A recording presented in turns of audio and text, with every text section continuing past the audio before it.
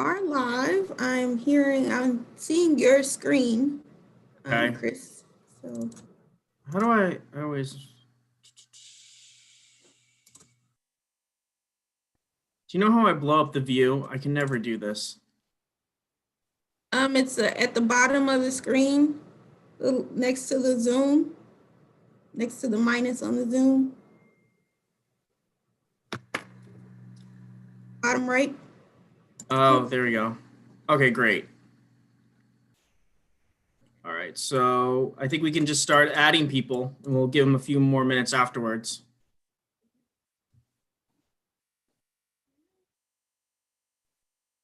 And it's principals if they want to come. We're not expecting principals to come tonight, correct? No, but there's a few of them, a fair amount of them here, which is good. And they can add to the conversation.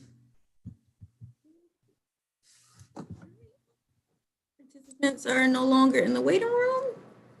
Whenever you're ready. All right, hello everyone. I got my Zoom voice on. Hello everyone, thanks for jumping in here. We're gonna give you guys just a few more minutes for last minute folks to hop in as we wrap up part 2 of this high school CAB meeting session.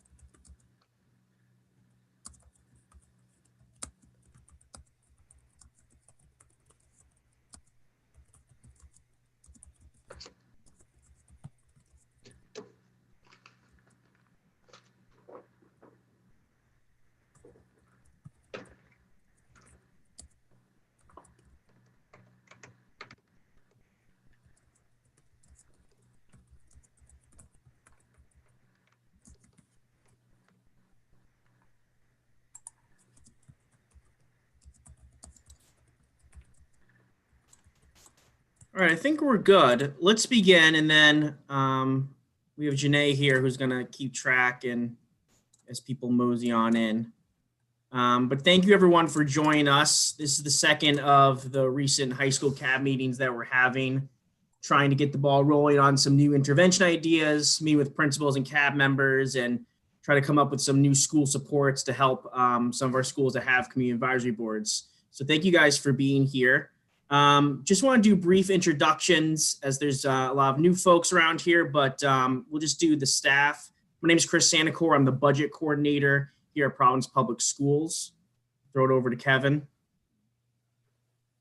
Hi, good evening. Kevin Gallick, Secondary Transformation Officer, working with all the high school principals. Good evening, Yinka Lege, Network Superintendent, supporting middle and high schools. Awesome. And then we also have some RIDE folks on here. You don't have to do introductions, but if you want to give folks a wave so we know who you are. We got Drew. I think we got Jen Carney here, Christopher Redden. Great. So thank you guys for helping and joining us too.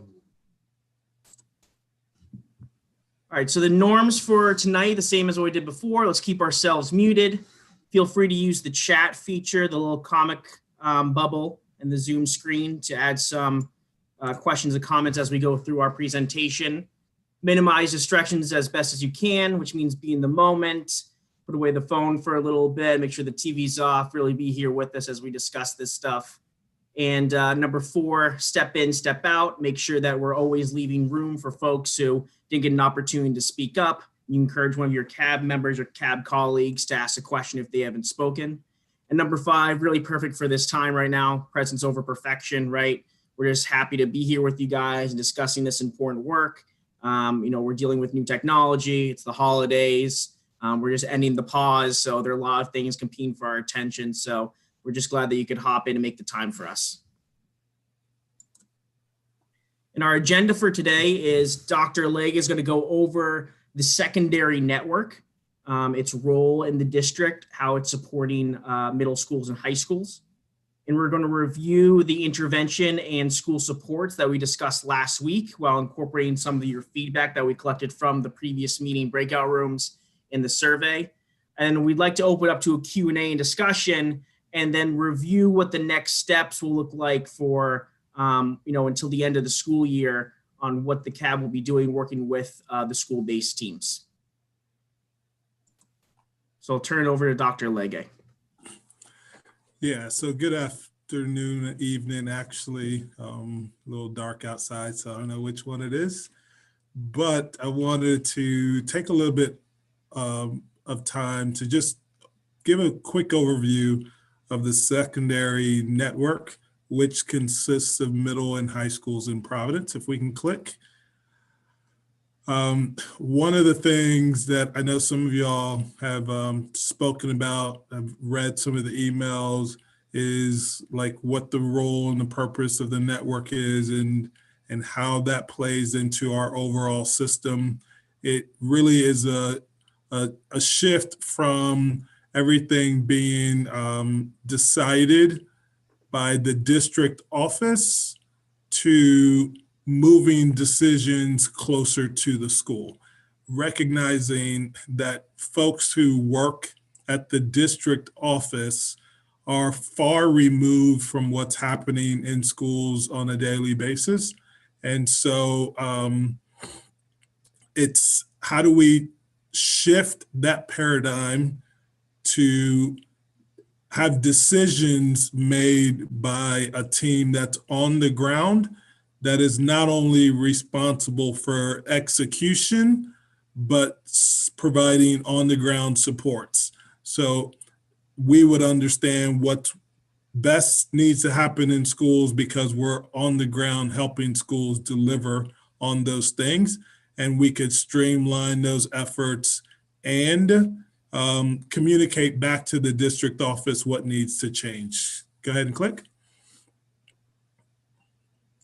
So one of the things that is clear from a lot of research around the country is that the central office is not built to be able to support schools with improving. We've seen that from a number of different sources, whether it's the Johns Hopkins report. There's been a lot of research out of the Wallace Foundation, University of Seattle professor by the name of Meredith Honig has done a lot of extensive work. The Wallace Foundation put in millions of dollars across several urban school districts across the country. If you listen to conversation from principals, it is one reality that it's folks in the district office are far removed from what is happening in schools. And while their best intentions are to support, they are unable to do that because they're not on the ground with the schools. We can click.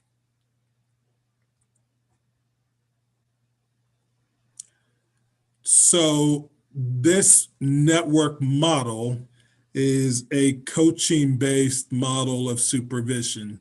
It is essentially how do we help principals think about all of the challenges that they face and the information that exists, because the principalship is a lonely place and there's a lot of things that is on the back of a principal that you can get lost with so many distractions, and you don't have a thought partner. You're having to make thousands of decisions every hour.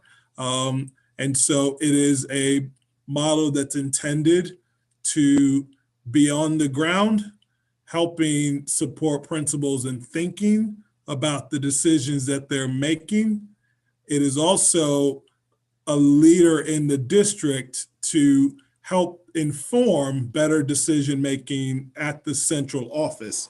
So we, as leaders on the network, sit on the superintendent's cabinet to inform and drive some of the district's decision making, because we have the opportunity to be on the ground listening to principals, assistant principals, teachers, unlike our counterparts in the district office who don't interact with school-based personnel on a daily basis. Click. So in the organizational structure for the secondary and elementary network, there's the network superintendent. In our particular case, we have Dr. Gallick, who supports our high school network, which includes CTE, guidance, and high school leaders. We've got an executive director that oversees our middle schools and supports and coaches those principals. And we've got a director that supports the team that provides on-the-ground coaching to schools.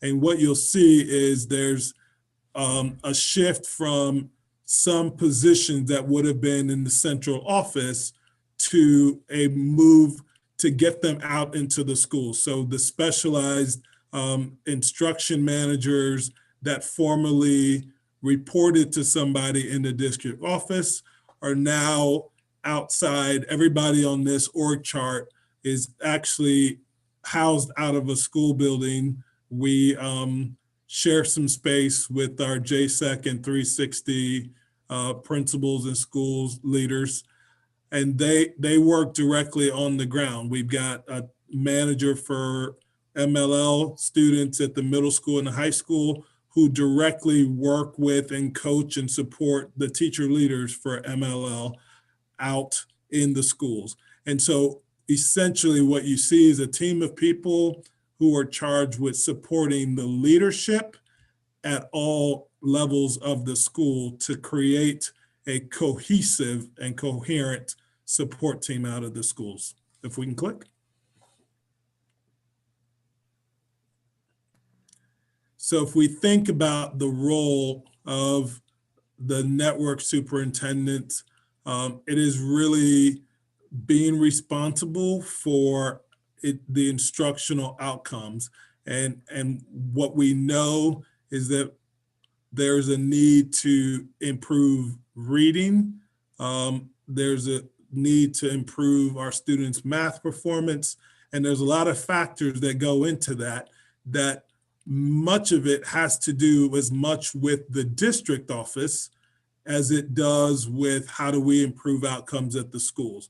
But in order to move the needle, it has to be a system-wide improvement that begins with what we're doing at the district office first to create those supports down at the school levels by advocating for and ensuring the needs of schools are met, while also supporting the leaders on the network in the district and being the nexus between the district office, the schools, and the community. Go ahead, Chris. So we've got the principal supervisors who serve as coaches, and I've kind of spoken about this team already on the network org chart. Chris, we can click. One of the things that I wanted to talk a little bit about was the domains that we're focusing on. Essentially, there's a lot of priorities that schools engage in because everything is important. What we had to do is look at some research and say, what are the key areas that are going to help us have dramatic improvements in student outcomes? And what we are looking at is from the University of Virginia, 4 domains of rapid improvement for systemic turnaround, which focuses on A, the leadership is the most important lever in order for schools to improve. the research is very clear that in the absence of a talented leader, low performing schools have not improved. So we put a lot of stake in the ground for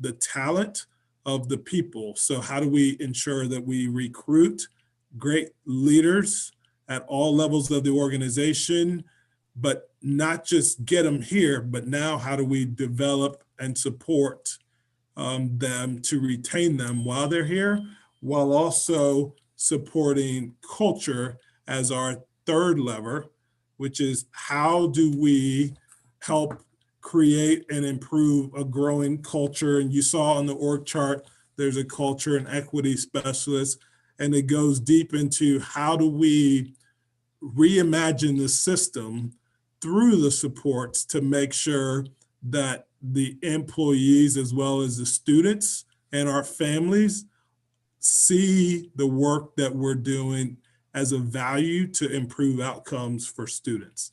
Finally, it is a focus on instruction. If we are going to improve, the research says that the teacher is the #1 influence on student academic achievement. And so we've got to look at the data, and we've got to use research-based evidence to move the needle on academic learning, which is part of why we are here with the CAB and talking about the CSIPs using research-based strategies. Chris?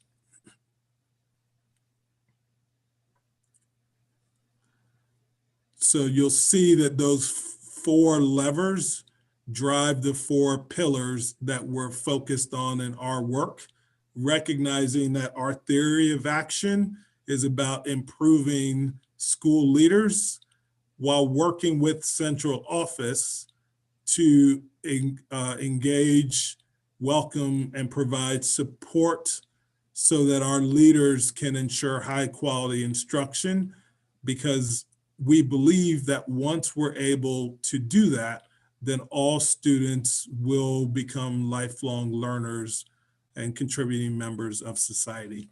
Chris? And so this pie chart generally shows you what the bulk of our work is on the network. The bulk of it being on the ground in schools, providing one-to-one coaching, but also recognizing that there has to be some professional development that happens. So we provide this learning for principals, APs, and teacher leaders on a monthly basis. We do PLCs, or what we call professional learning experiences. We are going to be diving into instructional learning walks as we move into second semester, and data chats around graduation indicators, freshmen on track, and academic failures in courses, which is critical now during the pandemic. Chris? So that's the gist of the details around the network. If you see members of the network in schools, they would be fine visiting classrooms with the leaders, helping them think about what they're looking at in instruction. They might be observing PLCs and data meetings that are happening in the schools. The goal is to live the life of the people in the schools to be able to support them, but also bring back the barriers that schools are facing so that we can partner with central office to see how do we improve upon them. So I want to offer an opportunity for anyone on the screen with questions to go ahead so that we can continue with our CSIP focus. I think you can just go ahead and unmute yourself and ask away.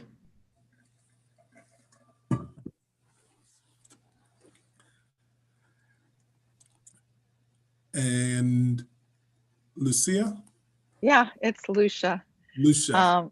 Yeah, I'm sure I'll mispronounce your name Oh, also. So, Dr. Alege. Yes, Um, thank you. All right. Thanks for this presentation. I'm wondering, I'm picturing these walkthroughs with the principals and so forth, and these wise people coaching and guiding them. Are you staffed up as far as these people that are so wise as to advise our principals and coach them one-on-one? Do you have enough people to go around and do this? Yeah, I would say we are fully staffed with leaders on the team who have, if they're coaching a principal, they've served as a principal and were successful in school turnaround. Um, and at the different levels of the organization, similarly, we have folks who have those expertise, whether special ed or MLL, who can provide that support because they've done that type of work. And we're fully staffed, and we have a good ratio. I mean, nationally, the ratio is like a 1-15 ratio between who you're coaching and your coaching load. And we are definitely at a good 1 to 8 and 12 between that range to be able to do good justice. Great. Thank you. Thank you.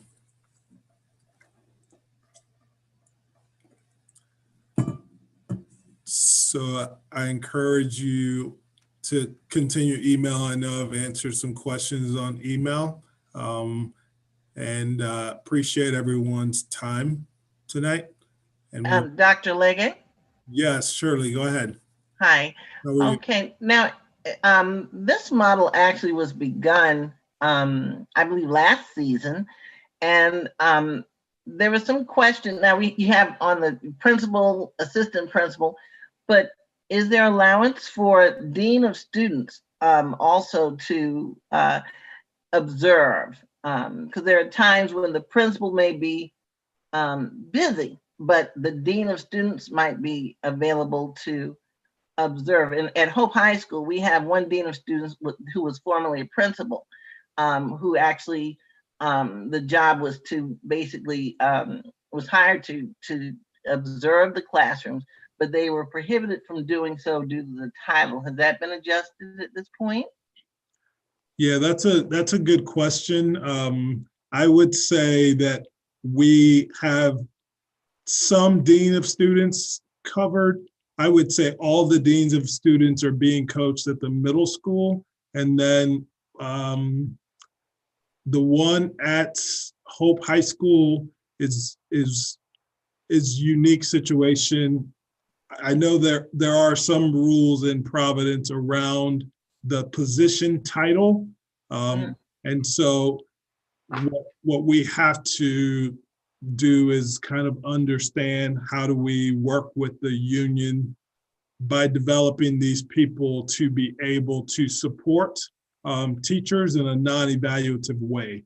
And so that's something we are thinking through, but I can't tell you that we've solved that specific position. What we are doing is leveraging the teacher leaders, and because their positions are, I mean, like their positions are geared towards instructional support, we've assigned each, most of them a coach to be able to support them into supporting teachers as we figure out the dean situation. Okay, thank you. Yes, ma'am. Dr. Leggett, I can add to that. I'm the dean of students over at Central High School, one of the two deans.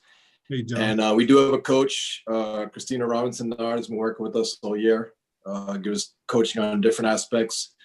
We've also worked over the last couple of years of building relationships in the schools, working with teachers, working with students, helping out with restorative practices, helping out with behavioral plans in the classrooms, classroom management, organizing circles. So we really tried to help build a sense of community within the school and kind of be that bridge between the staff and the student. So, but we do have quite a bit of coaching throughout the course of the year with Christina. Yeah, I think Central has 2 deans. Correct. And that's one of the unique high schools that have 2 of them. So Christina supports all the middle schools in Central. But hopefully through her work with Central, we could see how to expand it. So it sounds like it's going well and John's getting to partner with her a good amount. So thanks for Absolutely. sharing that, John. Dr. Legge, I have another follow-up question concerning the central office and the customer service approach that is being enhanced. I know the community, I serve on the community design team. That was one of our concerns. Has there been, I know with the pandemic might be hard, but has there been an enhanced effort to update the office to include Spanish-speaking people to assist Spanish-speaking parents who may call in or visit the office and to have them assisted?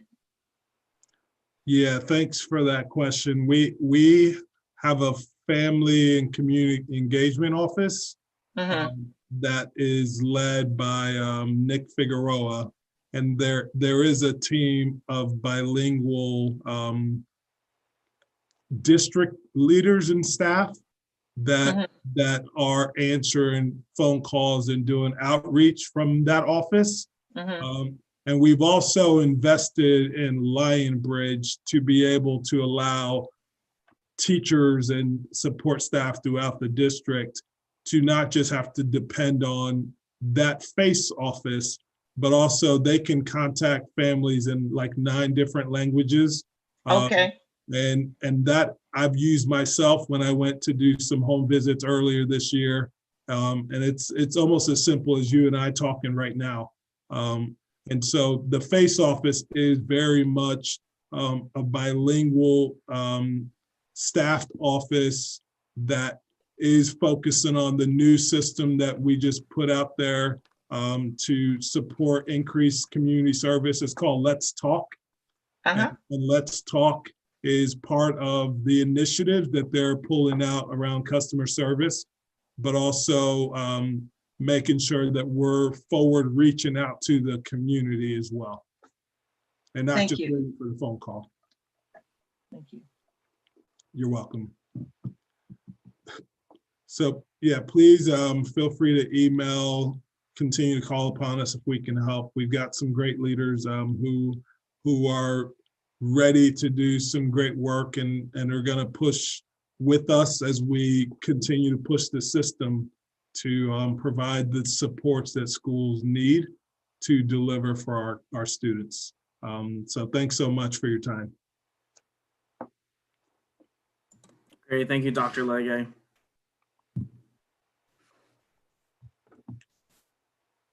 So for the remainder of our time, we'd like to continue revisiting the intervention ideas that we generated and the feedback that we captured both in the breakout rooms and from the survey. And again, we don't think that these ideas and interventions are the ending list. We don't think that they're fully fleshed out just yet either for updating the CSIP budgets and comprehensive school improvement plans. But I'm asking Dr. Galik to just review each intervention, because I think some of the feedback we got in emails and the surveys was Cabinet just wanted more of an understanding of how this would actually look in the school environment. How would the principals organize their teams around these type of ideas? So if Dr. Galik, you could just speak to these again. And then what I really would like to do is just open up for a Q&A discussion and continue to generate feedback and ideas, and then map out what our next steps for the next few months in terms of finalizing these type of interventions.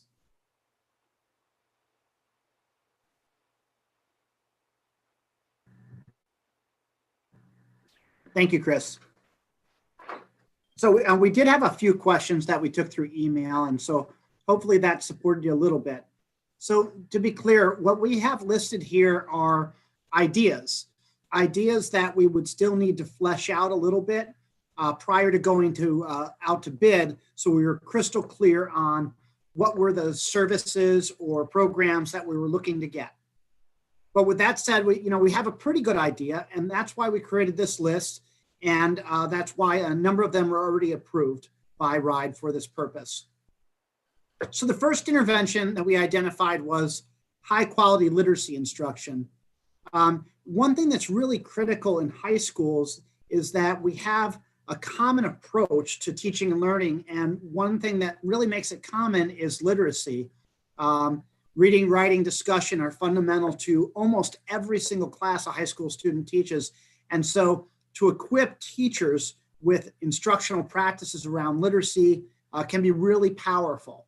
So the idea of the first intervention is really professional learning experiences for teachers that then could be incorporated into school-based and really network-based learning opportunities where teachers could do some new learning, work on it together with a group of peers in their departments and across schools, try out new practices, and then come back together and talk about how that's going, get some feedback from their boss or from their peers on how it's going. So that's the first idea, is high quality literacy instruction. And any type of new learning for teachers would require some sort of cycle, like I just described, where someone's supported to try new practices. High quality teaching for English learners is really a professional support identified for teachers who are teaching like our ELD classes. So teachers who are teaching classes which are 100% serving students who are English learners. And so this would be a model that would be professional learning supporting those specific teachers so they could better serve their students, and trying to make sure that they're scaffolding learning, but providing like really rigorous learning experiences. The third thing we have on our list here is common interim assessments. So to be clear, this isn't about adopting a curriculum. The district is committed to adopting a curriculum going into next school year, especially in areas like math and English. But what common interim assessments do is they create, it could be a 4-week, it could be an 8-week examination. And the power of that is that it supports teachers to get on the same page, to learn more about the standards that are being assessed. And this intervention that we identified was to get teachers from Providence Public Schools designing some common interim assessments. So it would be both a learning opportunity and a way to start to measure, like, are we really having the impact that we want to have? And then getting teachers together to talk about their impact. And again, we imagine this as a learning opportunity where teachers at Alvarez and teachers at Central and teachers at Hope are maybe all employing the same reading assessment in their social studies classes, and then could come together around impact. The very bottom one, math teacher coaching, the idea here is to really support math teachers. Half of the SAT measures math these days. When I was in high school, math was 1/4 of the ACT. Now our high school students are taking a college entrance exam that is 50% math, and that's really tough. And the funny thing is we only have a small number of math teachers who are able to support students for that. So the idea of math teacher coaching was to provide an instructional support, which we're not able to offer yet in our schools, specifically focused around coaching math teachers to be as impactful as possible. And then the final one is more of a culture and climate one, attendance blitz, home visits, which would provide supports and funding for schools to do more home visits, which would be especially important in times like now. So with that, I think I'll be quiet and take any questions that CAB members or principals might have at this time. Great, thank you. And yeah, principals, feel free to jump in and give ideas. And, you know, if you're thinking of a way that you would see this in your school, that vision building is also really helpful at this stage. And feel free to unmute yourself. Chris, I have a question again. Stepping in again. I I haven't given feedback yet because I haven't had a chance to talk to our principal, and I feel like having a conversation with him is the first step in really knowing what would be best for Hope.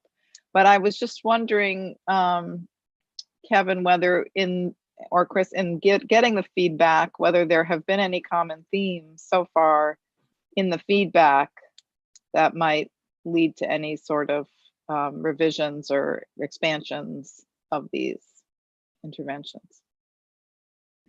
I'll jump in, and Kevin, feel free to jump in. Yeah, I mean, so for the first part is like, I think that's why we're kind of extending out this process a little longer, because we know that Good. some CAB members haven't met with their principals. So I think the next step is like, we want you all to meet in subcommittees and have more in-depth conversations, maybe for a longer period of time to discuss these.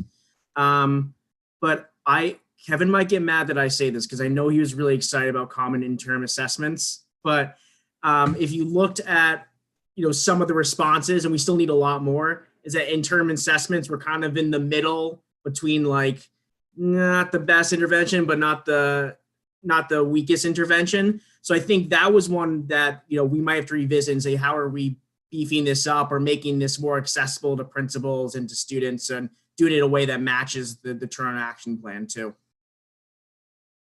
And in the flip side of that, it seemed like, attendance splits, home visits was something that folks were really interested in and wanted more information about. What does that actually look like?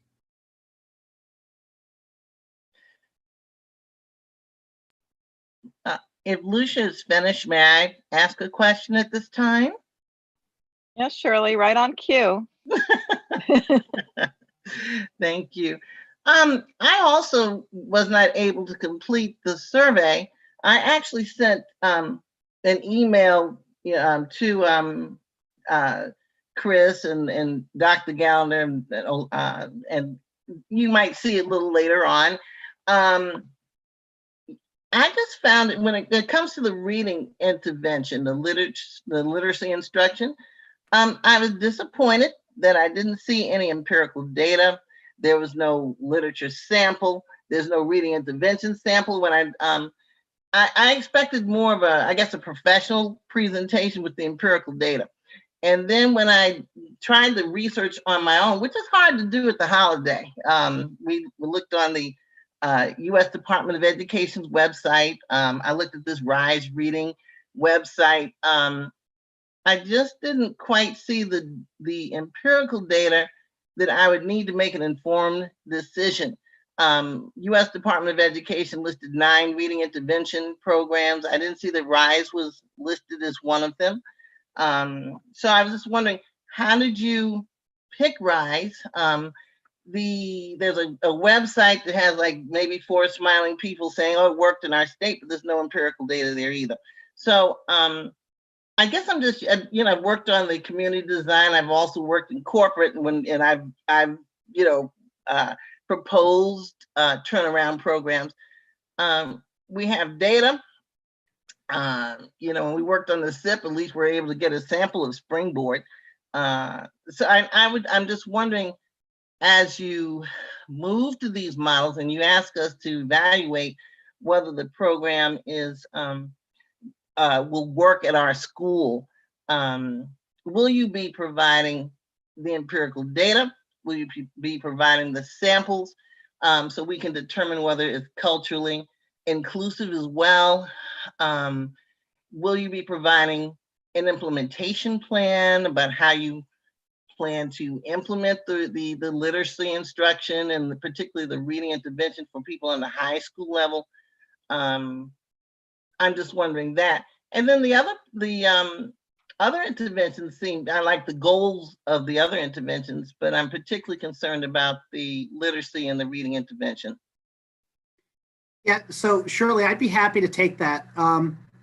So first of all, I guess I'd point out that it did meet the criteria required by the state, which is the same criteria required by the federal government. So it is allowable.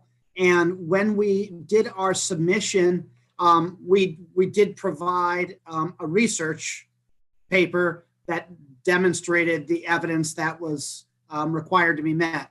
But with that said, even though I'm not an educational researcher by trade, some of the research that would meet the highest level of standards is just not the type of research we really usually do in schools, like controlled experiments. We don't do controlled experiments on students. And so really the type of research that tends to play out in schools a lot of times is, case studies. But Reading Apprenticeship, which is what we modeled this intervention on, is really very well respected. The WestEd organization is a nonprofit that's very well respected. I do have experience with this. What I like about it, Shirley, is it's not like a program. It's not some curriculum that you buy. They're not selling materials to make money.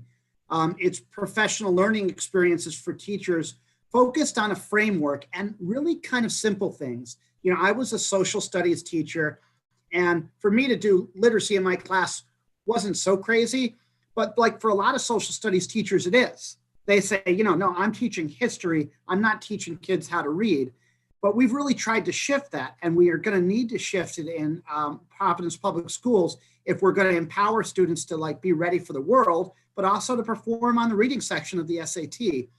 And so Reading Apprenticeship could really be a framework that could support a science teacher, that could support a social studies teacher, to understand how do we apprentice a child, a young man, a woman, into being a reader in that discipline. What's it mean to read in biology? What's it mean to read? And so you do a lot of things like empowering and supporting teachers to figure out how do collaborative groupings work? What's a pair share look like? How do we empower students to annotate? Some of these things seem very, very basic, but really they're not, because I got through some pretty darn good schools without anyone teaching me to annotate, right? I had to figure that out on my own, but I had a lot of social resources that empowered me. The idea of this is to make the learning a little bit more transparent so that students are supported. And so that first one is really professional learning supports for teachers. And then these would all be delivered focused on more of a virtual environment. So it would empower our teachers also to be learning to deliver instruction in a new way. And Shirley, I'm going to give you my number here in the chat, and you can feel free to reach out to me, and I'm more than happy to talk further. I'm not selling anything, but just to try to answer your question. Well, thank you very much. I appreciate that, because last week I just, I didn't quite, even this is more detailed than what we received last week. Could you put Sure. that back, the chat back up, because I missed, I'm sorry. I'll retrieve it from the chat after, because I'm just, yeah. Certainly when you're doing these standardized tests, you need to know how to do reading samples from each of the different disciplines. And I'm also a believer that there needs to be the culture and the literature, the history, all that needs to be intertwined. That's the whole focus of even like reading arts and literature. So I'm in agreement with that. That just was not clear with the RISE program, and there was no data available when I went to look on the internet for it. So now, is WestEd and RISE the same thing? You know what? You might have done more homework in some areas than me. I think RISE was one of their specific research projects that they did. But WestEd is a larger organization. So actually the two top things that are listed here are both connected to WestEd. It's really like a professional learning organization and research organization, I believe. Hi, Kevin. This is Jen Carney. I can answer that quickly if you don't mind. Jen. Sure, no problem. I'm sorry, I've had to step in and out. I'm doing this from home. So WestEd is a consulting firm that works nationally. They're national partners that work with SEAs and LEAs. And their role with us is that they provide us with support around those evidence-based interventions. So for example, we would examine a variety of interventions, and with with their support, we would say, okay, well, what is the context that these have worked within? What are the outcomes that they've had? What other states have used this, and what context have they used these? And so those interventions are supported by research. So WestEd's role is to help us provide that research nationally, where it has worked with their relationships with other SEAs. Okay, because that makes sense, because I just didn't quite understand why we were focusing on RISE when you have Zarita Hammond and there were 9 other intervention programs. What made RISE better than, I didn't see the evidence to make the basis of a decision, and that's why the survey wasn't filled out. So thank you. And Shirley, so you mentioned Zarita Hammond, and I'm very familiar with her too. And there would be nothing stopping us from adding like culturally relevant instruction to this list.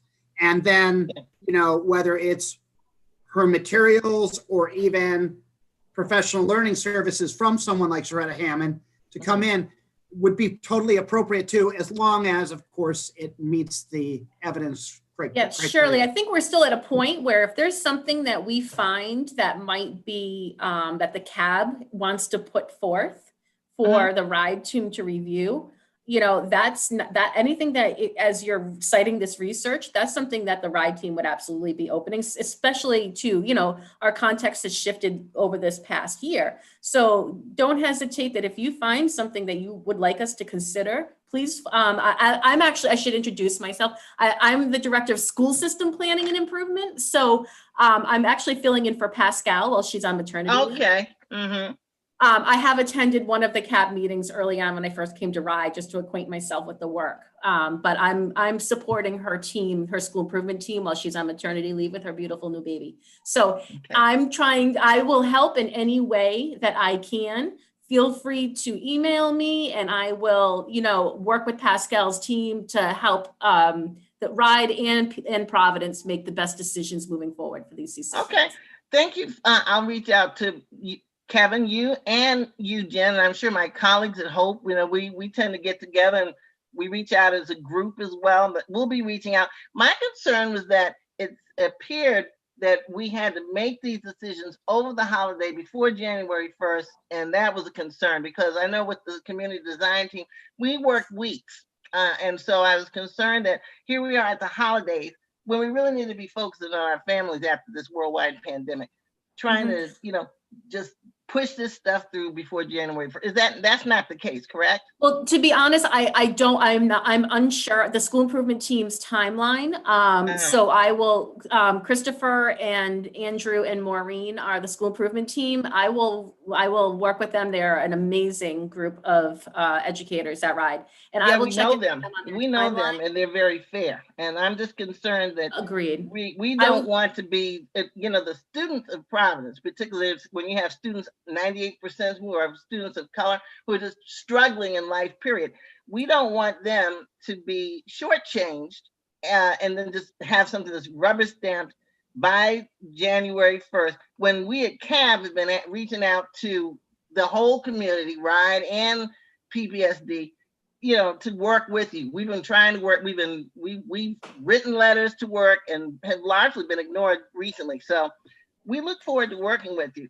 But we need to have time to review this literature, review the data, so we can make an informed decision together. Okay, I will check in on the timeline with the school improvement team and want to continue to invite you to please have ongoing conversations with us. COVID certainly has set us back a little bit in our work all the way around, but we are continuing to move from a compliance agency to a support agency, and we want to partner. So I appreciate you engaging in this way, and please continue to do so. Thank you, Kevin and Jen. And then Shirley, let me just say one more thing. No intent to just push things through without thought, but just getting back to Dr. Lege's presentation, we're dealing with a district who has historical bureaucratic issues around even executing and getting money out there so that it can serve students. And so one thing I learned, arriving here this summer in July, is that there were a lot of challenges in even spending money.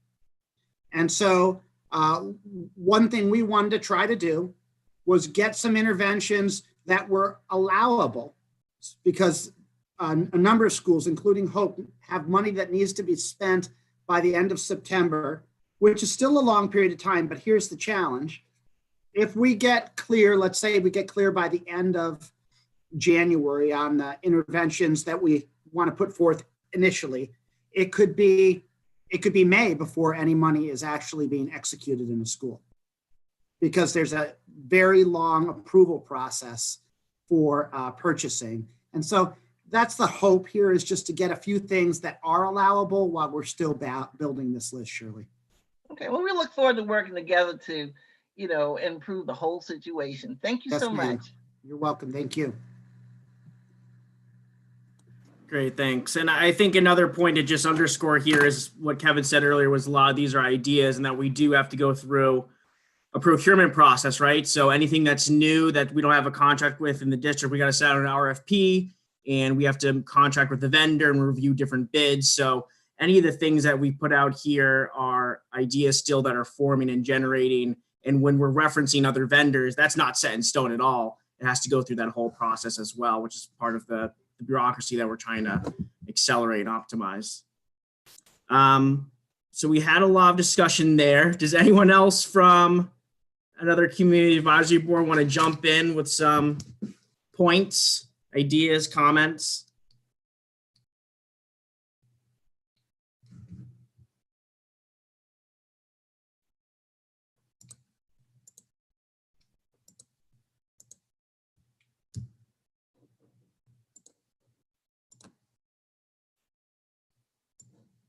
Mike in the chat asked if he can ask a question, or is that enough of the hope? Mike, you are free to ask a question. We would love to hear from you. Let's keep it going. So when I filled out my survey, I had a comment about the assessment intervention, and just to ask a little more about that.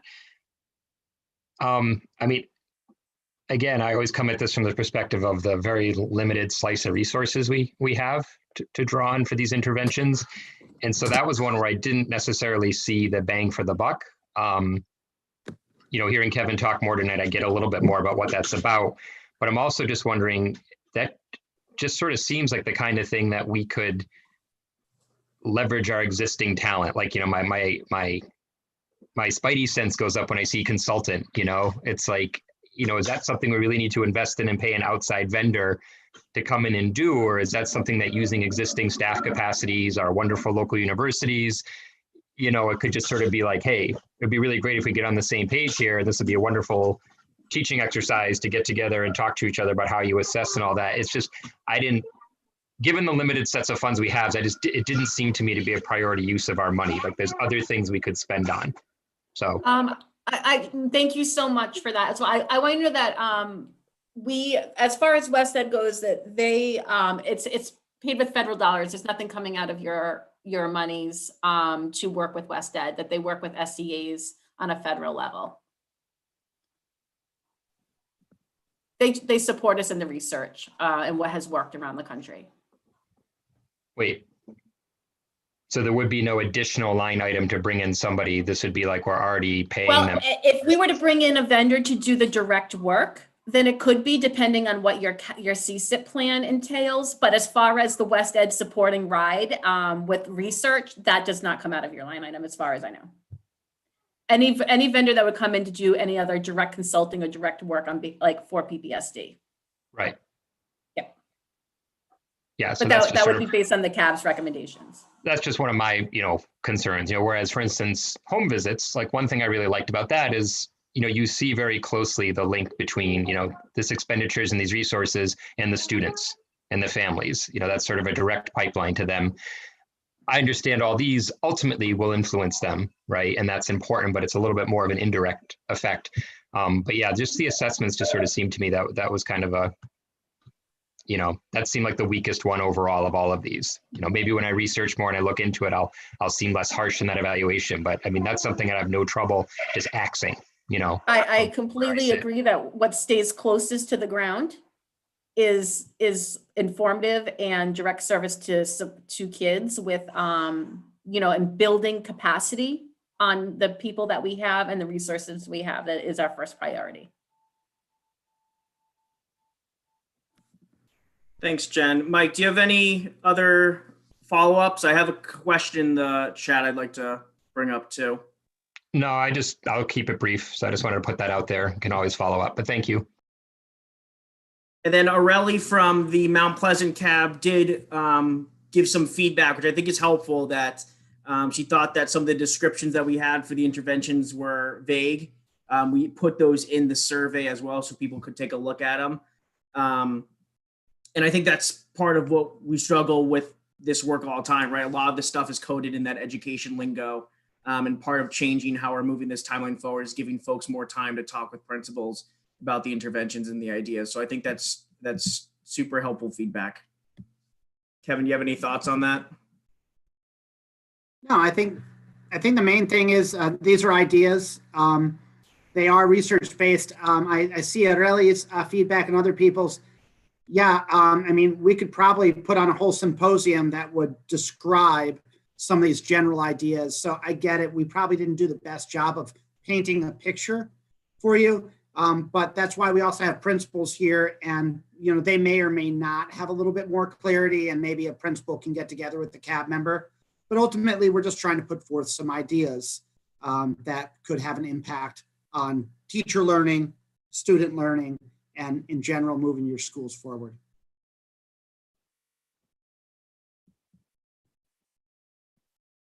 All right, well, we're coming towards 6:30. I want to be mindful of everyone's time. Are there any other things that people want to bring up before we move on to next steps? Okay.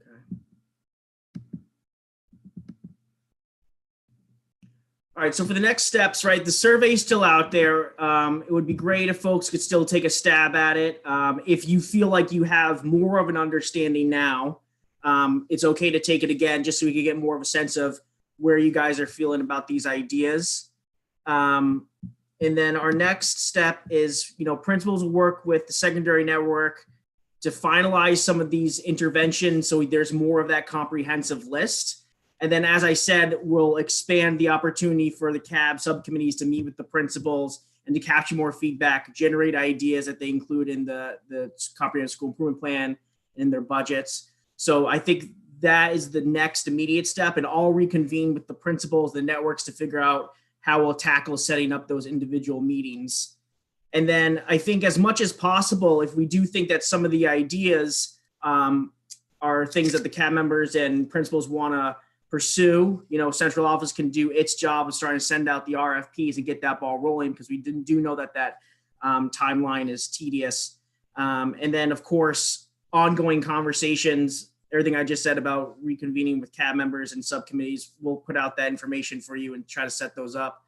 And then again, the redesign conversations for the 4 high schools, not 360 and Central, but the other ones, those are still coming to the foreground. So I think CAB members will be pulled on to access that community knowledge and get feedback on ideas and the directions of those schools. I don't have any information on that right now, but those are things to just keep in mind as we move forward. So I just want to say thank you guys for coming in, and I appreciate your time, appreciate your candor. If you have any other questions, feel free to email Kevin, Dr. Legge, me, the RIDE team, and appreciate you guys being here. So thank you.